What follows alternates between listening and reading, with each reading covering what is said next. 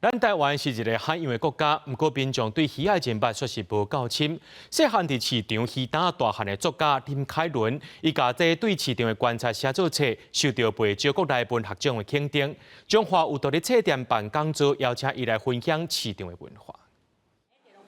市场内坐坐真青的现老仔，贩仔热情招呼人客，这是台湾特别的画背文化。作家林凯伦本身嘛是鱼贩仔，伊家被鱼仔观察到的美美角角写册，得到不少国内的文学奖肯定。中华有独立册店邀请伊来甲民众分享台湾市场的文化。即摆菜市啊，洗菜市的人愈来愈少，啊，少年家嘛愈来愈少。为这想要知影讲，伊对菜市啊的感情，还是伊的观察有啥物特别所在啊？想要知影讲，咱的市场一天的是安怎去运作的啊？每一个不同的摊贩，亲像有卖猪肉的呀、卖鱼的跟卖菜，他们从种植、生产到卖，它一整天的流程是怎么样的？逐工天拍半光，传统市场内贩仔就开始准备，等人客来交关。买物件拢是上青上着时的。作家林凯伦表示，为无共季节来了解台湾出产的食物，是说菜市仔真趣味的所在。无共款的物件，敢若伫菜市仔。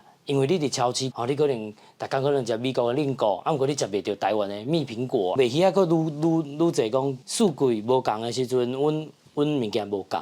我感觉这上重要，佫有认真味。其实你伫菜市仔随时拢会咧问着讲，我要安怎煮，伊随时拢会甲你讲。林凯伦记得鹦鹉、二红衫、三枪、四杯加是早年台湾鱼仔好食的排行，但是即阵民众拢爱选择亲像三文鱼、鳝鱼、鱼翅少好料理的进口鱼。林凯伦鼓励大家加去坐菜市仔，因为市场毋但是免费的生物教室，更加是传承台湾食物文化所在。记者杨淑晴综合报道。